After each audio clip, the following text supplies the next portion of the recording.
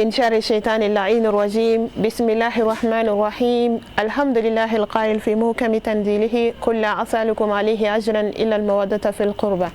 ثم الصلاة والسلام على سيد المرسلين وعلى آل بيته الطيبين الطاهرين وصحبه الأخيار ومن سار على نهجهم إلى يوم الدين. سلام من الله عليكم ورحمة من لدنه وبركات. Ame ala tanuka ala barkada ala mimbi afanya na ka jigin fensan man konnana ka fo Muhammadul Mustafa ka cidiya sarati dore asomo sanu kanu gelenko ka kisi nema de Allah taala fe ala ko ke Muhammadu kan ani asodunye sanmo anaka sahaba nyimo ani jonman fengo fen usenda nola fo kata se joduma ala kanini awyi o jama kulu sanu wanchela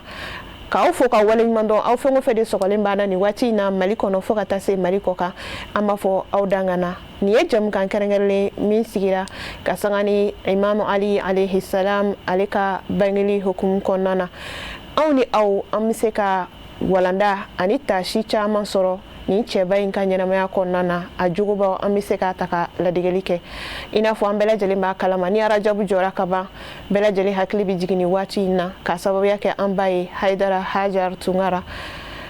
Bulika jo ani bara uchama mbi bolo da afe kani cheba inka do nyana maya ama nyina ala fe bara nundo na here konana ala ka bela jelen kunche here konana ala ka bela jelen saraka aljanai anga bisiki ani ankara mo de bi nyogon fe alo Sadul Fadel Abdurrahman Traoré la selike la ngana do anga jamane konana ma dugolente doni ko binankuka yani anga do anga babu sin konana me fuli blanc kara mo la Ustaz assalamu alaikum. Wa alaikum salam wa rahmatullahi wa barakatuh. Amba fo ibisimla angani plateau noromainka da kurunya flafoli kan kala se lagal jama bela jelmani wati na insha Allah. Alhamdulillah a'udhu billahi minash shaitanir rajim. Bismillahis samiil alim. Wa salawatullahi wa taslimatuhu an-namiyatu da'ima ala sayyidi waladi adam Muhammadin zil kalbi rahimi wa zil makamil mahmud wa ala alihi biqadri azamati manzilatihi an-nabawiyya al-ahmadiyyah al-aliyyah. Wa ba'd mushahidil kiram من مالي وضواهيها وخارجها السلام عليكم ورحمة الله تعالى وبركاته. سيد أمي تنعين على فكرة بوشي تناتورما كان سيزين على تغبرك ماي كسولي على كراني أسودين سنمونكا أنا كصحابة نمان بي أنا نفتو بان نمان بلجلي على كانين أوي أوتيغلا مولا على كان نمان كيشي جيري على كرانا أسودين وكا وكفي كفولي كرنغري كدي أن لمبا بما أني أن لجبا بما مالكونا نيه ni sanga ina ka befo ka be wala nyamando ka kla ka be do kira mantuana inshallah ta'ala ame foli ko sikni ankara mo yere ma akelen ka bolo bo ka baro bele jelena ka sokana anja balala anabi se ka masala ni chebain akanyana ma yere temena teme chugumina ame walanda anita shiminu soro aka nyana ma yakona na mse ka takana ayere na fana jingono ka kisi yani kuna ja soro anganyi ni ngali folo ka nyeshi ankara mo ka odi natalike Imam Ali aka fi somancho ibse ka jume fo anyi. Alhamdulillah rabbil alamin. Sayda yana nga do mawdu kono fulini tanu kofe abi wajibi aka fuli do be ango ke yana nga do nga babu kono inshallah kada ka janata ka fe sababu de bi ala a folo anga yansoro bi ankara mo Sheikh Alhaji Mama Famata ama foka barkada inshallah ala yere fe naga anniversaire an la o kalo de la masha Allah anya la fe sancha ma bala bolo ala ko kalfa anala inshallah ko fe amba ankara mo fo ala mi ngara ni bella jale sababu yi ala ka fulti ba ni mal ne bella jale fara nyanga ka foka nga ci bebla ka ansigi ka sangelenga ka Sherif Usman Madan Haidara ka ka nyuma nyaw foka tanu والله عندي سي أبيكم على يمين فوق قرانك حكلا لو كان البحر مدادا لكلمات ربي لنفد البحر قبل أن تنفد كلمات ربي يا سلام وبتشوفوا من Sherif Usman Madan Haidara أيو ولي من جاي أنغني جمانا ينكونو جين كونو نواتينا afudati ma fe ngami dugo di kay inshallah ala di kera here ka nyashi be ma be mindo ani atemindo iya kam maye ta kam maye ala di hamina ni beka here ni beka dundalay mama joro la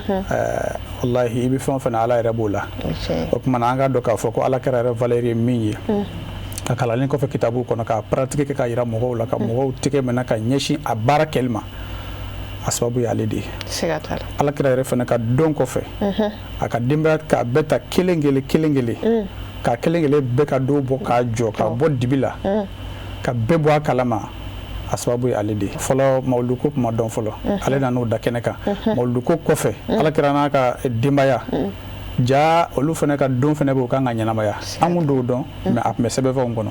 mana ale de y'a jira an na n'an sigira o kɛnɛ kan k'a dɔn ko Seydina Ali ka don bɛ yen Fatumatu Zaharaw ka don bɛ yen Hasan Hussein ka don bɛ yen ala n'ale sababu a ye ala ka kuranɛ a ye de ta k'o tiɲɛtigiya k'a pratiquer k'a bɔ dala fɔli la k'a kɛ wale a Seyida Sharif Usman Madani Haidara cɛkɔrɔba min bɛ yen n'a bɛ fɔ o ma ko la paix la solution n'a gɛlɛyara n'ale yera dɔrɔn a bɛ dilan a kun tiɲɛna ale yera dɔrɔn a dilanna a gɛlɛyara n'ale yɛrɛ diɲɛ yɔrɔ yɔrɔ k'a sɔrɔ a gɛlɛyalen don o y'a nɔgɔyalen o t'a ɲɛna kuma ye nin bɛ wajibiya an yɛrɛ de k'an k'a fɔ ala ka sijani kɛnɛ d'an ma o la i ye ɲininkali min kɛ Seydina Ali karamalahu wajaha ibnu ami nabi sallallahu alaihi wasallam alakira bɛnakɛ den Seydina Ali ka histoire kan ka kalan silamɛ kelen kelen bɛɛ fɛ i n'a fɔ an bɛ seli farida kalan cogo min na bawo Seydina Ali ka ɲɛnamaya kelen kelen bɛɛ ye leçon de ye k'a daminɛ kabi a ka shababiya kɔnɔna na kana se furu ma kana se a yɛrɛ jɔra waati minnu na ka silamɛya jigi tugu ni alakira ye fo ka taa se a ka dali ma a ka haraka bɛɛ a kelen kelen bɛɛ a ka dayira kelen kelen bɛɛ leçon belebelebaw de b'a kɔnɔna na a bangecogo bɛ yen karamɔgɔw da sera u caman ma a ka furu karamɔgɔw da sera u caman ma mais i ye ɲininkali min kɛ sisan kɛrɛnkɛrɛnnen n'o ye fadailuhu a ka samandiya ko minnu bɛ yen nɔ i bɛ se ka cɛ jɔ kɛmɛ kɛmɛ i b'a sɔrɔ cɛ minnu na a man ca ala y'ale de kɛrɛnkɛrɛn n'olu ye o la hadamaden kelen o kelen i bɛ taa sɔrɔ fasi fila de b'i la ijabiya ni salibiya bon i bɛ taa sɔrɔ la anw bɛ fɛn min ye ka caya an bɛ girin fɛn min kan ka caya o ye salibiya de ye ka taa sɔrɔ la ijabiya nafa de ka bon ka tɛmɛ salibiya kan mɔgɔ mɔgɔ bɛ yen nɔ n'i ka ijabiya de ka bon ka tɛmɛ i ka salibiyatu kan i ka ko bɛɛ bɛ ɲa i ka ko bɛɛ bɛ laban hɛrɛ la ani donc Ali ka ɲɛnamaya kɔnɔna na a ka ijabiya fanga de ka bon ka tɛmɛ a ka salibiyatu kan sisan ne ye Seydina Ali fɔra dɔrɔn hakili bɛ taa fɛn jumɛn in na a cɛfarinba in wa wala kɛlɛkɛyɔrɔ la n'a tɛ nbamuru ta ka don cɛw cɛ la a bɛ cɛw bɔrɔn dɔ ka taa de Khaybara la min ye cɛ bajirikaw faga min ye Khandaki a ko bɔgɔti a kelen a ko bɔgɔti cɛ 40 bɛ jɛ karanga min na k'a dayɛlɛ ale kelen y'o dayɛlɛ donc mɔgɔw b'o fɛn ninnu de olu y'a ka salibiyatu de mais fɛn wɛrɛw b'a la ijabiyatu la minnu ka bon kosɛbɛ n'o jɔyɔrɔ ka bon kosɛbɛ ka tɛmɛ nin bɛɛ lajɛlen kan wa Seydina Ali yɛrɛ ka zikira ka to senna maa kana mɔgɔw kana ɲinɛ a kɔ fiyewu o y'o yɔrɔw de an bɛna an da se olu de ma sisan a fɔlɔ kana lahu kanunul jazbi wa kanunu dafi'i o ye jumɛn ye an bɔra k'a fɔ sisan nɔ kɛlɛkɛ cɛfarin kun don kɛlɛkɛyɔrɔ la n'a fɔra k'an ka taa kɛlɛ la n'ale kun yera dɔrɔn bɛɛ hakili bɛ sigi bawo Seydina Ali bɛ yen a bɛ ko n'a fɔra ko an ka taa gɛriw ka taa match la meilleur gɛriw dɔw bɛ yen n'olu bɛ jama cɛ la dɔrɔn bɛɛ hakili bɛ sigi o Seydina Ali kun b'o jɔyɔrɔ de la ale tun ye meilleur gɛri ye n'ale yera dɔrɔn alhamdulilayi bɛɛ bɛ jɔ a kɔfɛ parce que n'a jɔra dɔrɔn o ye ko ɲalen ye o kuma na o côté fila de tun b'a la jazibu ni dafu'u wala ni tɔɔrɔ ko k'a bɛna silamɛya sɔrɔ ale de tun bɛ jɔ k'i ko hadisi d'a la ni tɔɔrɔ ko k'a bɛna a ka denbaya sɔrɔ a b'a kunbɛn ni tɔɔrɔ ko k'a bɛna maaya sɔrɔ a b'a kunbɛn ni tɔɔrɔ ko k'a bɛna silamɛya sɔrɔ ale tun b'a kunbɛn n'a ka plan ye a n'a ka kodɔn ani min ti ɲɛ ni fanga yɛrɛ tɛ a bɛ to fanga d'a la o kɔfɛ fɛnɛ kanunu jazibiya fɛnɛ tun bɛ a la n kan ka se ka mun kɛ min bɛ mɔgɔw attirer ka na diinɛ ma k'an bɛnakɛ ni n balimakɛ ni ala ka ciden sanu ma n'o ye Muhamadu sallallahu alaihi wasallam a nana ni diinɛ min ye a bɛ se ka kɔrɔta cogo jumɛn in na an kan ka mun ni mun de kɛ an b'an yɛrɛ bila minɛn jumɛn in kɔnɔ an b'an ka denbaya bila minɛn jumɛn in kɔnɔ anw sahabaw kan ka kɛ cogo di kɛrɛnkɛrɛnnenya ne yɛrɛ Ali min ye ala kɛra balimakɛ ye ne ta de ka bon bɛɛ ta ye ne kan ka kɛ cogo jumɛn in na mɔgɔw kana ɲugunyɔrɔ sɔrɔ diinɛ la mɔgɔw kana ɲugunyɔrɔ sɔrɔ an ka du la o jogobaw de tun b'a la a bɛ min kɛ ka mɔgɔw attirer ka na diinɛ ma ale tun ye maa ye n'a donna i n'a cɛ kɛlɛkɛyɔrɔ kɔfɛ n ka de kɛlɛkɛyɔrɔ ma dɛ parce que i b'a dɔn fɛn dɔw bɛ yen nɔ an ka kodɔnnaw ko ten ko hilmul fata fi ghayri mawdihi jahalun i kan ka nɔgɔya yɔrɔ min na i bɛ nɔgɔya ye mais i man ka nɔgɔya yɔrɔ min na n'i ye nɔgɔya min n'a ta ye e bɛ jate kodɔnbali de ye man istaghdaba wa lam yaghdabu fa huwa kal himar hakɛda donc ko bɛ n'a jɔyɔrɔ de don donc Ali tun bɛ jɔyɔrɔ in de la kɛlɛkɛyɔrɔ la n'a bɔra yen n'a nana so n kan ka n ka denbaya minɛ cogo jumɛn na ni mɔgɔw cɛ kan ka kɛ cogo jumɛn na a tun bɛ cɛfarinya dulɔki bɔ k'o da kɛrɛfɛ a bɛ ko mɔgɔ min bɛ yen nɔ n'a nana kɛnɛma ani cɛw bɛ barita cɛfarin don bon e nana so kɔnɔ n'i ko k'e b'o farinya kelen ta ni muso ye a bɛ ɲɛ a bɛ fɔ e de ma ko naloma wala donc farinya n'a yɔrɔ de don Seydina Ali ye nin de faamu o technique de tun b'a la o hikma de tun b'a la kodɔn de tun b'a la donc o de la a mankutura n'a fila bɛɛ ye donc an bɛ k'o min fɔ ne ni fadailu tɛ ni Ala ka ɲɛma tɛ ani bonya yɛrɛ Ala ka bonya ko ni Ala ka sɔn tɛ o fila fara ɲɔgɔn kan o ma nɔgɔn dɛ indamamu shaja'a wal lutfi wal hilmi ma'an wala fo indal maqdira ka nin bɛɛ fara ɲɔgɔn kan maa kelen na o ye bonya ko ba ye dɛ ni Ali ka fadailu dɔ de ye a kun ka farinya yɔrɔ la a kun ka nɔgɔya yɔrɔ la a bɛ défendre kɛ a kɛcogo la ka sɔrɔ a ma dansago a bɛ mɔgɔw activer ka na diinɛ ma ka na maaya ma n'a yɛrɛ jogo ɲuman a n'a ka majigi Seydina Ali tun bɛ fɛn o fɛn sɔrɔ a b'a tila mɔgɔw ni ɲɔgɔn cɛ fo o jogo kelen yɛrɛ donna a den fila la o jogo kelen yɛrɛ donna a muso la n'o ye Alakira denmuso ye Fatumatu Zahara Seydina Ali jogo ni Fatumatu Zahara jogo a jogo bɛɛ ye kelen de ye Seydina Ali jogo tun ye 100% ye Fatumatu Zahara jogo tun ye 100% ye o de la u sɔrɔ fɛnw kɛra fɛn nafamaw ye u sɔrɔ fɛnw Hasan ni Husaini n'o balimatɔw shirifu bɔra olu de la bibi na hali ni shirifu ko kuma fɔ kitabu kɔnɔ wallahi an k'an sigi ka analyse kɛ dɔrɔn ka Alakira ka histoire lajɛ ka na ka Seydina Ali ka histoire lajɛ ka na ka Fatumatu Zahara ka histoire lajɛ ka na ka Hasan ni Husaini ka histoire lajɛ ka na ka na ye k'olu bɔnnaw wallahi an hakili tun b'an diyagoya k'u bonya k'u gasi sigi k'a sɔrɔ hali kitabu ka fɔli tɛ hɔrɔnya yɛrɛ tun b'an wajibiya o de la et surtout Ala y'a fɔ kitabu y'a fɔ sɛbɛnfɛnw y'a fɔ maa o maa bɛ yen nɔ seli kɔfɛ sun kɔfɛ jaka kɔfɛ ni Ala kɛra n'a so dingo n'u kɔnniya yɛrɛ e dusukun na i mago sara o de la Imam Sadiq a y'a fɔ a ka kuma dɔw la a ko man ankara aliyan faqad zalama nafsahu wa man fahima aliyan wa amila bima amila bihi naja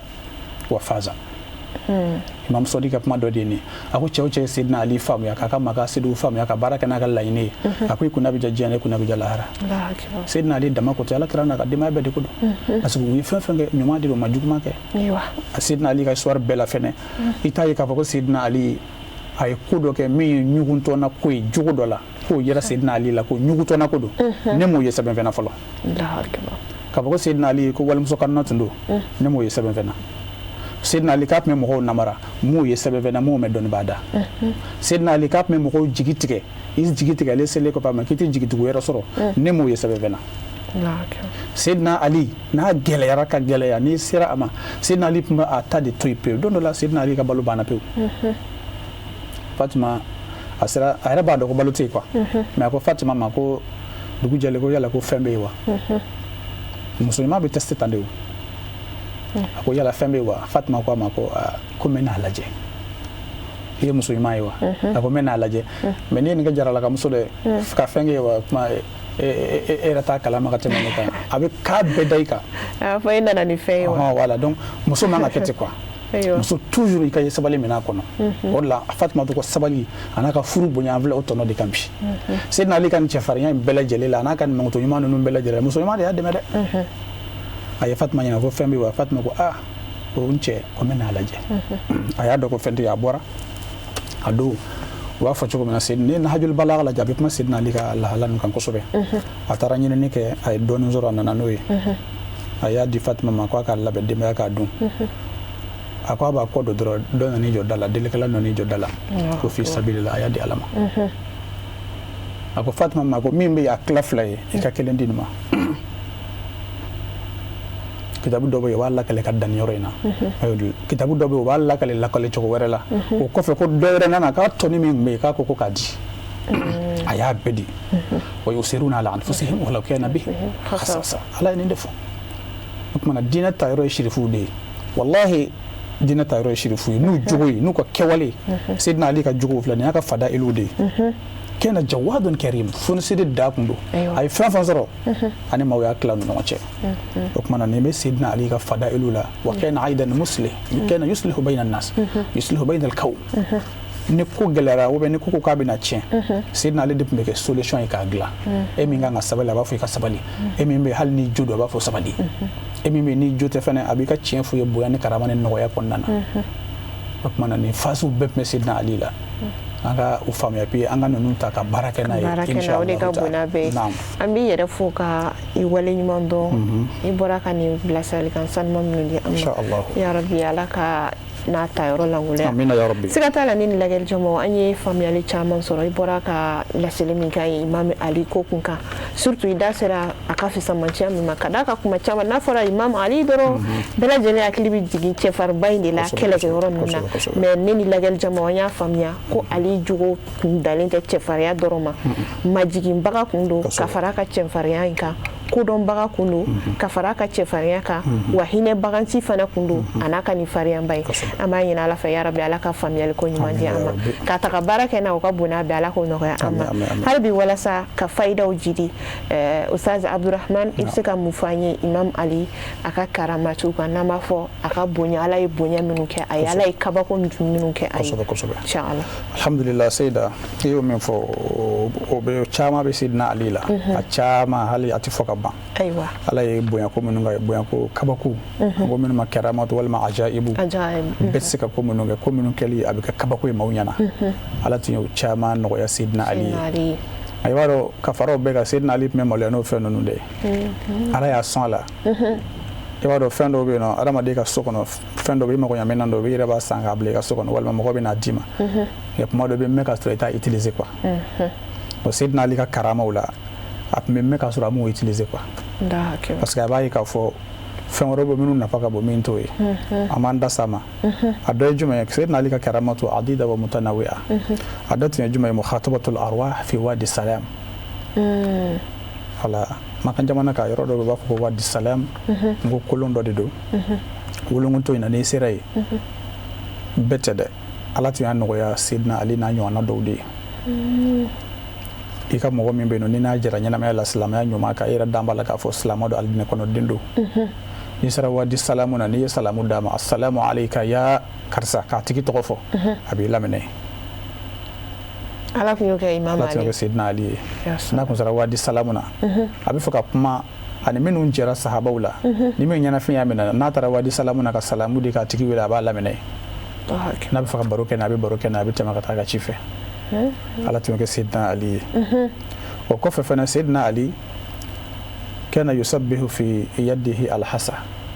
n'a ye farakuru ta k'a minɛ a tɛgɛ kɔnɔ k'a yɛlɛma yɛlɛma i b'a ye farakuru bɛ to ka subhanallahi fo k'a to Seydina Ali tɛgɛ kɔnɔ subhanallah a b'a fɔ farakuru b'a laminɛ subhanallah walhamdulillah farakuru b'a laminɛ a b'a da nɔ na mais e wara Seydina Ali a tun bɛ ninnu kɛ walasa ka mɔgɔw tromper quoi non non non a tun bɛ ninnu kɛ de ka dɔ fara a ka limaniya kan ka dɔ fara ka Ala danaya kan a bɛ i n'a fɔ Ala ye min fɔ Seydina Ibrahim ye min fɔ ani Ala ka hiwaru la liyatma'inna qalbi a tun b'a kɛ nin de kama k'a ye nin ye farakuru de ye ale Ala ka danfɛn da b'ale fɛ hakili b'ale fɛ nɛnkun b'a fɛ nɛn tɛ nin fɛ nka Ala k'a latigɛ k'ale sɔn bonya dɔ la nin ka se ka kuma ale fɛ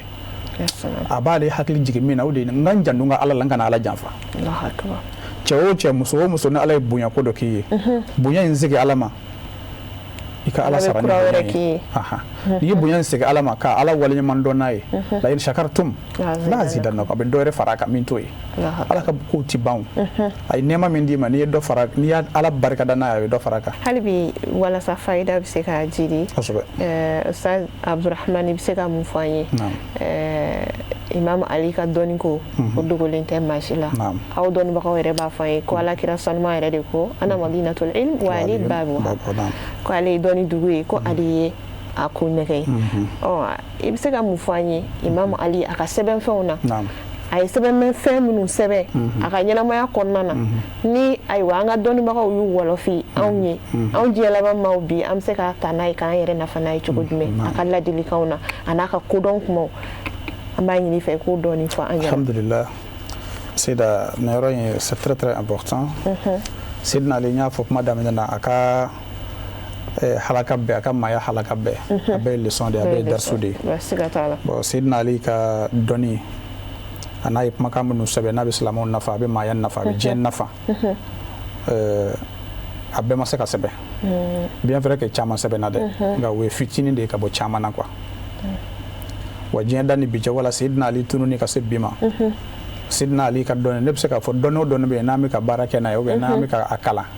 diinɛ dɔnni na ani dɔnni wɛrɛw la an bɛ ka munumunu Seydina Ali ka dɔnni baji de kɔnɔ a bɛɛ Seydina Ali an bɛɛ faralen ɲɔgɔn kan Seydina Ali kelen ka dɔnni maa kelen si tɛ diɲɛ kɔnɔ k'i kelen bɛ se k'a bɛɛ fara ɲɔgɔn kan non i kunkolo tɛ s'a kɔrɔ Ala tun ye bonya kɛ ale de ye c'est à dire mémoire min tun b'ale kunkolo la aw mémoire tɛ maa si kunkolo la n'i ko k'i b'a bɛ fara ɲɔgɔn i kunkolo tɛ se mais Seydina Ali ka dɔnniw la Alakira delila ka kuma dɔ fɔ a ye la saba dɔ fɔ a ye la saba dɔ fɔ k'a question kɛ sahabaw kunna a don sahaba si ma se k'a kɔrɔ fɔ bɛɛ y'i ta fɔ a la Seydina Ali wulila ka se Seydina Ali ma a ye la saba in kɔrɔ fɔ a ko la fɔlɔ Alakira sallallahu alaihi wasallam Alakira tun bɛ kuma dɔw la mujmalatan ka kuma bakuruba di voilà donc Seydina Ali ko a ko la fɔlɔ in kira ka laɲini ye min ye la fɔlɔ in na o de ko la salamata mina dunya a fɔ la salamata mina nas la salamata mina nas wala khayra fi dunya wala budda min al maut comme erto maja mais me faga min fɔ Seydina Ali ka kuma kauna ay kuma dɔw fɔ a ka wasaya dɔw bɛ yen nɔ a ko masalan a ko kurinatil hayba bil khayba ko kurinatil hayba bil khayba hayba mɔgɔ dɔw bɛ yɔrɔ Ala b'u da ka hayba d'u ma ka bonya d'u ma ka maja d'u ma ka daraja d'u ma a ye kuma in fɔ dakuruɲɛ kelen kan kɔrɔ caman de b'a kɔnɔ heure t'an bolo k'a développer a ko hayba in dɛ a ko a ka surun fɛn min na dɛ k'o de ye hayba ye makosa ko hayba ni hayba de ka surun kɔrɔ dawla ni makosa de ka surun cɛ joli diɲɛ da ni bi cɛ ni dawla y'a makosa muso joli o tora dawla ko la a tora dawla de nɔfɛ sitana y'a makosa a diɲɛ tiɲɛna a lahara tiɲɛna Seydina Ali ka ladilika don dawlaw ɲinɛ Ala kɔ k'u fili u yɛrɛ ma o la cɛ o cɛ muso o muso ni Ala ye dawla d'i ma ni Ala ye fanga d'i ma i testetɔ de don hakili to i yɛrɛ la i miiri tɛmɛlenw na n'o kɛra i bɛ se i ta kɛcogo la o la Seydina Ali ka dɔnni kumaw ye nin kuma ninnu de ye a ko a ka kumakan dɔ la don dɔ la a y'a denw sigi Seydina Ali tun b'a denw sigi diɲɛ don o don Hasani Huseni n'a balimaw sufɛ n'u bɛna da a b'u wele ka n'u sigi k'u ladi a b'a fɔ a bɛna taga da ko ni aw ma tile ni dɔ ka hakɛ y'aw la dɛ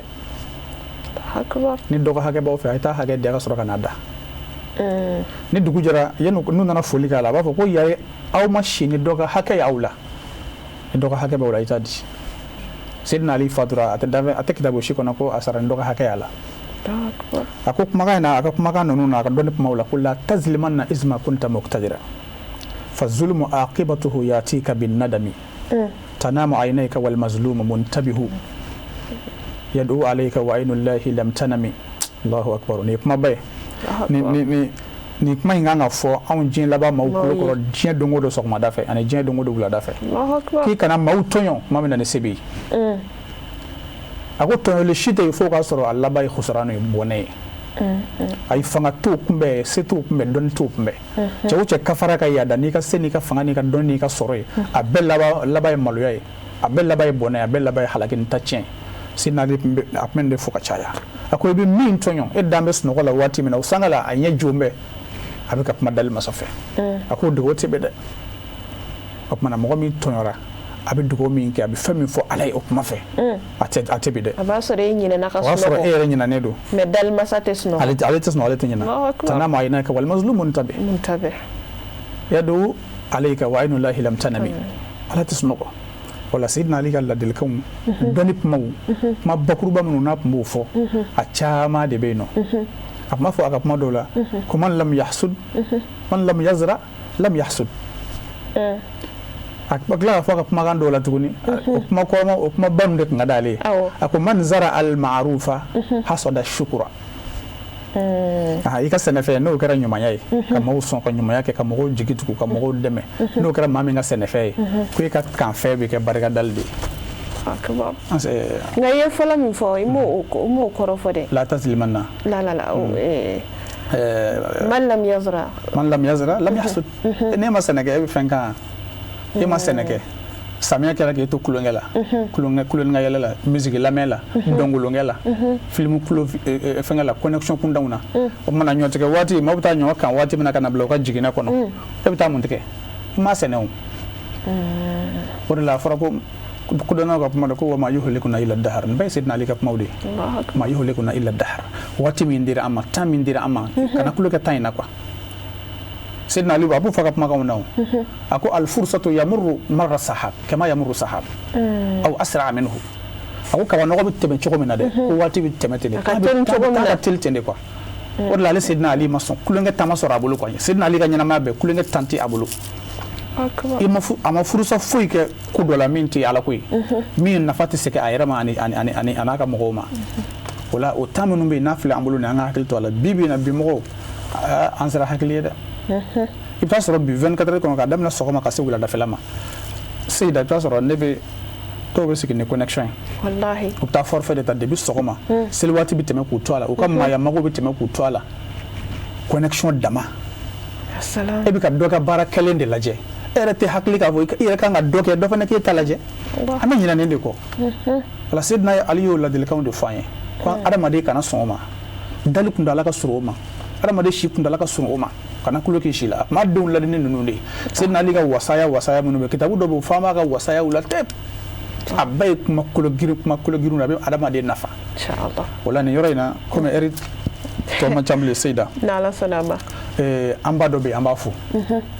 n'o ye madame Haidara tanti Jara Tunkara yan'an ka fo an bɛ tante Fatumata fo an bɔra ka Fatumata Zaharaw ka anniversaire kɛ sisan an yɛrɛ y'a kɛnɛ sigi an yɛrɛ bara Cheikh Muhammad Famata ka zawiya la a don a kɛra bonyakoba ye mɔgɔ bɛ kɛnɛ kan a don a bɛɛ miiri jiginna tante Fatumata la bawo karamɔgɔ ka kuma kɔfɛ ka se ka fɛn in da ka valeur don a la k'i kɔ don a kɔrɔ kɛra ale de ye n'an y'ale fɔ an bɛ Jara fo an filɛ ale fana ka kalo la Seydina Ali karamallahu wajaha a bangela arajaba kalo min na an t'o kalo la nin ye wa wala ko kalo bɛ bonya n'a kɔnɔ ko ye don bɛ bonya n'a kɔnɔ ko ye waati bɛ bonya n'a kɔnɔ ko de ye rajaba tɛ don gansan ye Seydina Ali bangera ka bɛn rajaba kalo tile 13 de ma alakira Muhammad sallallahu alaihi wasallam ale min ye ko bɛɛ tigi ye ala jɔlen Muhammad da dal ka bɛna dilan ka min naslin ila naslin o kɛ kɛra nin kalo in de la o kɔfɛ fana Isra wal Miraj fana n'o ye sanayɛlɛ ye o fana kɛra nin kalo in na donc kalo in tɛ waati gansan ye rajab kan ka bonya silamɛw fɛ kosɛbɛ an ta ni Jara fo kosɛbɛ ale de Seydina Ali ka nin don in ta ka valoriser ka mɔgɔw bɔ a kalama mɔgɔ caman bɛ baraji ko caman kɛ a kɔnɔna na sababu ye ale de ye o tuma na an y'a ɲini Ala fɛ yarabi Ala k'u fanga se a balima tɔw bɛ yen Hassan Hussein ta bɛ minnu fana bolo n'o ye madame Haidara tanti Aisha tanti Alima an b'u bɛɛ lajɛlen fo k'u barikada inshallah taala o kɛra an bɛɛ baw ye o kɛra an bɛɛ jigiw ye o tuma na Ala ka u to an jigi ye sallallahu rasul an bɛ an karamɔgɔ fo Ustaz Abdurahman Tarawele ka wale ɲuman dɔn a bɔra k'a da se fɛn minnu ma jɔn ka ala fɛn nafamaw ni don siga t'a la ni aw an ye faamuyali ni tasi caman sɔrɔ a ka nin kɔrɔfɔli laban ninnu kɔnɔna na Imam Ali ka nin wasaya ninnu an ye faamuyali caman de sɔrɔ a la an b'a ɲini Ala fɛ ya Rabbi k'a ta ka baara kɛ ni a ye Ala k'o nɔgɔya an bɛɛ lajɛlen siga t'a la alakira ba Muhammadul Mustafa ale de kɛra ladigelifɛn ɲuman ye silamɛ bɛɛ lajɛlen ye liman kana yarjullah